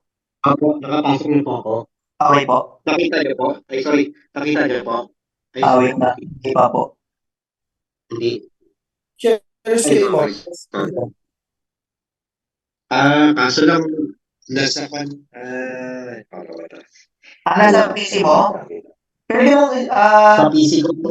siguro ano na lang, if possible, Ramon, mas maganda kung i-join mo dito yung split lang naman yan. Join mo lang. Hintay na lang namin. Sige, sige. Willing to wait naman kami. Sige, habang hihintay ka namin, Ramon, may nag-chat si Carla. Possible pa kaya ma-lift yung restriction ko sa ads since matagal na din ako hindi nag-run. Tsaka pwede na uli ako mag-confirm ng identity unlike before ayaw talaga. So, Carla, yung question ko muna is, ilan ka na-restrict? Kasi kung na-restrict siya mahigit 90 days, tama ba? 60 days, 60 to 90 days, most probably hindi na siya. Kasi ibig sabihin parang, si Facebook kasi parang, ano na siya, kumbaga parang kapag after the period of time, parang 60 to 90 days, wala kang reply. Parang, ibig sabihin lang nun sa kanya, parang wala ka ng pakialam doon. So, yun, gano'n lang siya. So, yan. Pero, it depends kasi, Carla baka kasi ang na-restrict sa'yo, an account, business account, or page lang. Kasi kung ad account, pero nakita ko boost. Pero nakikita ko yung boost na ako po. Okay. Depende pa rin kasi baka kasi ang na-restrict lang sa'yo is an account. Kasi kung ad account lang na-restrict sa'yo, then probably you can still run ads. Ang mahirap lang, ito yung guys, ito yung iwasan nyo lang. Reason kaya napakonfirm identity ko sa inyo. Kapag ang personal account ninyo na ginagamit sa Facebook ang na-restrict, then yun na yung pinakamasaklap na mangyayari sa buhay nyo as a media buyer. Ako, sa experience ko, yun yung bread and butter ko media buyer ako, nagraran ako ng Facebook ads Tapos na-ban yung personal account ko, then hindi na ako makakapag-run ng any Facebook account. Which is na experience ko, hindi na ako, yung personal account ko, restricted na to paano ba mapapakita sa inyo? I-share ko sa inyo para baka sabihin nyo kayo lang business that habang hindi natin siya facebook.com/settings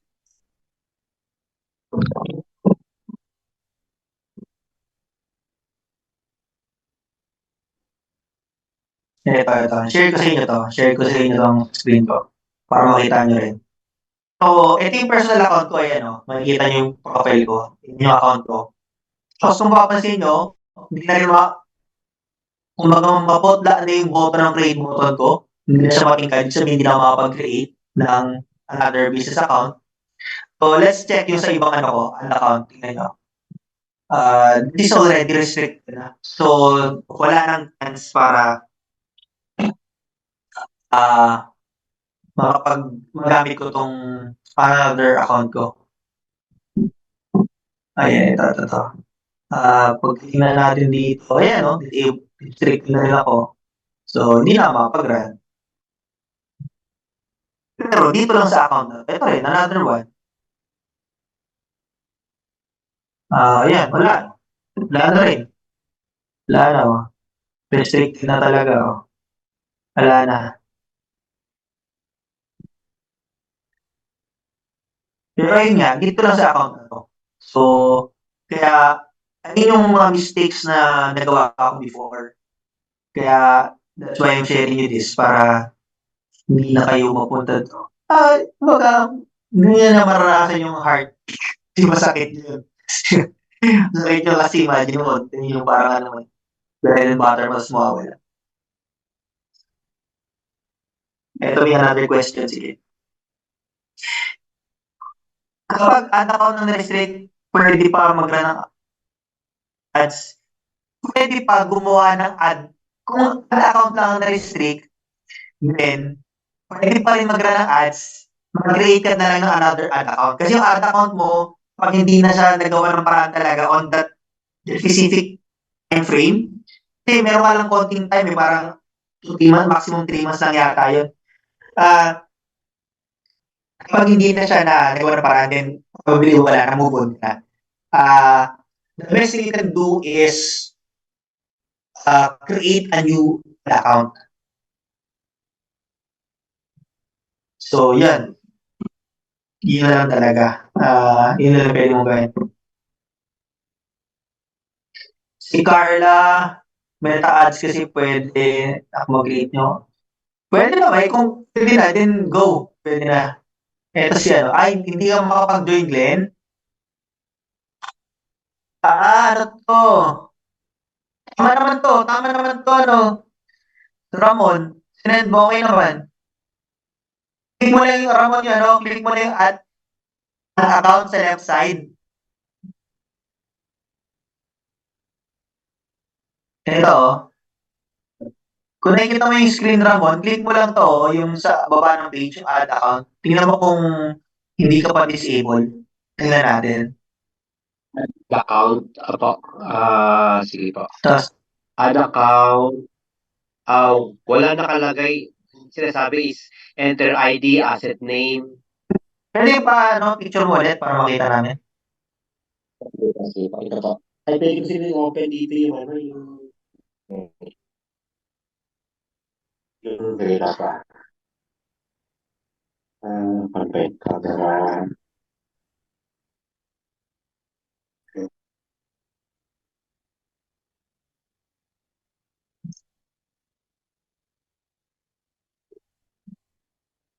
Camera.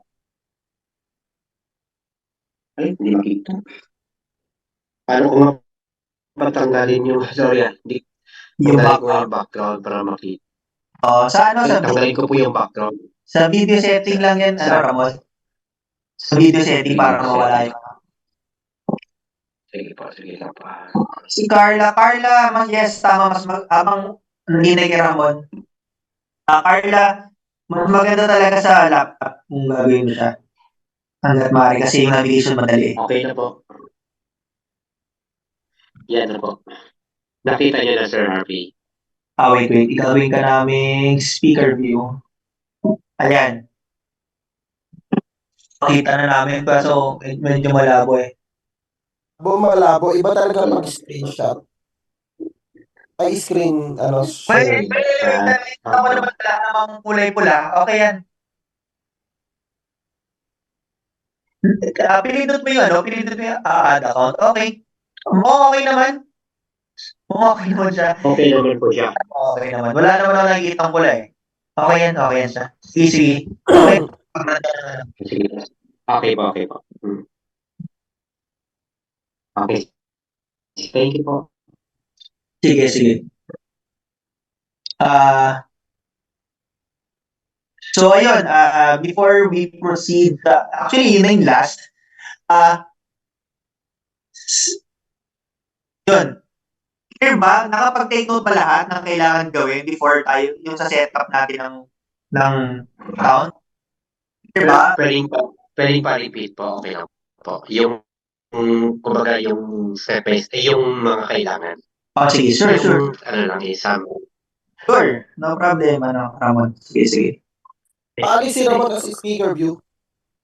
Okay, sige. Ay, sorry, sir. Okay lang. Ako naman wait, I'm gonna share my screen and then Ito guys, sa susunod na session natin, kasi yung technical na talaga, magra-run na tayo ng ads. Naka-schedule yun, either Tuesday or Wednesday, magbibigay kami ng schedule ni Harvey, ni Sir Barry yan, para sa schedule ni Sir Harvey. Either Tuesday or Wednesday. Anong final natin, Sir Harvey? Wednesday.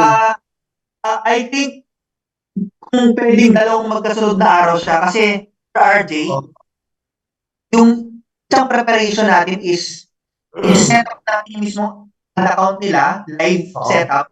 Tapos gagawa tayo ng ad creatives. Oo. Tapos yung the next day, yung setup na mismo. So, yung first day, yung next session natin is Tuesday. actual setup ng mga ad account nila As in talaga, eto mga dito iisa-isay natin sila Oo. para on the next day, ready na sila sa pag-run ng ads. Tapos, on that same day, magkikreate tayo ng ad creatives. Oo. So, tuturuan ko sila paano mag-create kasi para the last day natin sa Facebook ads is mag-run na lang talaga tayo. Oo, sige. So yun, malinaw guys ha. So pero ang pinaka-importante doon, dapat naka-laptop kayo or desktop at yun na naka-join sa Zoom nyo. Para hindi na natin maiwasan natin yung katulad ng kay Ramon ngayon, di ba? Na ang labo. Hindi kasi namin navigate yung malabo eh. Malabo pa sa sabaw ng pusit Sige yung po. nakita kanina ni Ramon eh. So, May i-join naka-internet niyo na yung ako. laptop nyo sa Zoom sa Tuesday, magkasunod Tuesday and Wednesday. Eto guys, actual yung mga nandito ngayon na magra-run na ng ads kasi kayo yung mga nandito sa strategic ah ah mga SP, strategic player kayo yung magpapagrarari namin ng ads. So, actual tayo sa Tuesday at Wednesday. Itong session natin ngayon is more on foundation and preparation at yung mindsetting na discuss ni Sir Harvey. So, sa Tuesday, mag-actual tayo. So, doon talaga medyo technical na. Kaya kailangan mas mag-pay attention tayo. Kung hanggat maaari, naka-open cam and naka-open cam tayo. Naka-open cam katulad ng pag-open cam ko. Yeah. Tapos, at at the same time, yung make sure na yung gamit ninyo sa Zoom is yung the same na gagamitin natin sa Facebook. Pagrara ng Facebook ads. Okay, sige. Continue, Sir Harvey. Can you give me 1 minute lang? Saglit lang po. 1 minute lang po.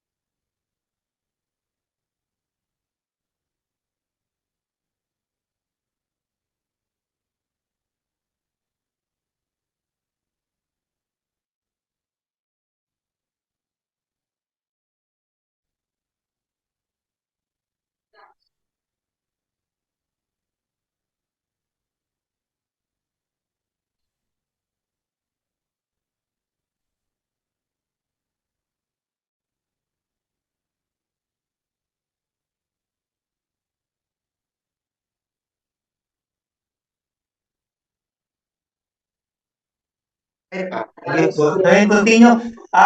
I-repeat ko lang yung ano. Wait lang. Okay lang po, sir, mga after dinner EPM season. Okay lang, sige, gabi tayo. Okay lang ba yun, Sir RJ? Oo, okay lang. Sige. So, ayun, going back sa request ni Ramon, so, ulitin ko lang yung mga kailangan na, na kailangan natin sa Facebook ads. So, number 1, yung Facebook page nyo. Guys, yung Facebook page niyo it should be, kung bago siya, kailangan naka-warm up. Kung luma man yan, dapat may nagpo-post na kayo. So, it should be, meron kayong mga post na tuloy-tuloy, at least once a day, nagpo-post kayo. Number 2, nagpo-comment kayo, nag-engage sa mga audience niyo. It's either mag-comment kayo sa ibang page and mag-comment kayo sa post niyo. Number 3, nagla-like din kayo sa ibang page or nagla-like din kayo ng mga comments. So, ayun yung kasi mag-trigger kay Meta na ginagamit nyo si Facebook. So, clear? Sa Facebook page. Next naman, sa business manager ninyo. Kailangan yung business manager ninyo is naka-confirm yung email. Natatandaan nyo ba kung paano i-confirm? So, sige, share ko na lang kung paano siya i-confirm.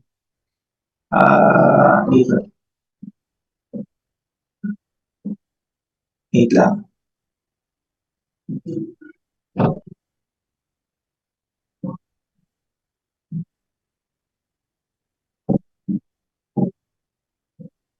So, dito, sa left side, punta kayo sa business info. Tapos, sa baba lang, kailangan naka-confirm yung email niyo. So, once na naka-confirm yun, okay siya. Next is, tapos another thing pala, ito. In preparation lang to kasi going back, nung nag-start ako lang mag-isa yung admin ng ang gawin ninyo dito sa left side, sa user, o sa people, mag-add kayo ng another admin. Kung papansin niyo, tatlo ang admin ko rito sa isa kong account. Actually, hindi to sa akin, sa client ko to eh. So, tatlo kami admin. Bakit? Para kapag yung isa na-restrict, yung ibang tao may access pa rin. In short, ma-restrict man ako, at least yung ibang kasama ko may restriction pa rin. Kasi nangyari, sayang yung business manager account. Kapag ang business manager account ay nawala, wala nang access yun. Wala nang makakapag-run. Paano kung miniraran ka? So, ayun pala yung nagbibigay sa'yo ng income. Walang ibang admin. Ang mangyayari, is walang ibang may access, wala nang ma-access. Sayang yung data. Sayang yung sales na nakuha mo doon sa account na yun. So, walang mapupunta. So, much better if meron kahit hindi maghanap kayo ng pagkakatiwalaan nyo, kahit Facebook account ng kamag-anak ninyo. Pwede siya. Ayun yung gawin nyo. Okay lang, or asawa, kung yung girlfriend, boyfriend, pinagkakatiwalaan nyo, yun. So, basta kahit best friend nyo, basta pinagkakatiwalaan ninyo, pwede siya. So, next is, lastly, yung Facebook account. So, kailangan tama yung name ng Facebook account ninyo, may birth date, address, tapos confirm identity, number 4. Kailangan yung ID na ipapakita ninyo kay Facebook. Kailangan yung ipapakita nyo kay Facebook, yung ID is matched doon sa details na pinakita ninyo kay Facebook account. So, ayun. Ayun yung bagay na kailangan. Clear ba nakapag-take note ba, Ramon? Hindi lahat, pero Sige, ano yung hindi mo na-take note na lang?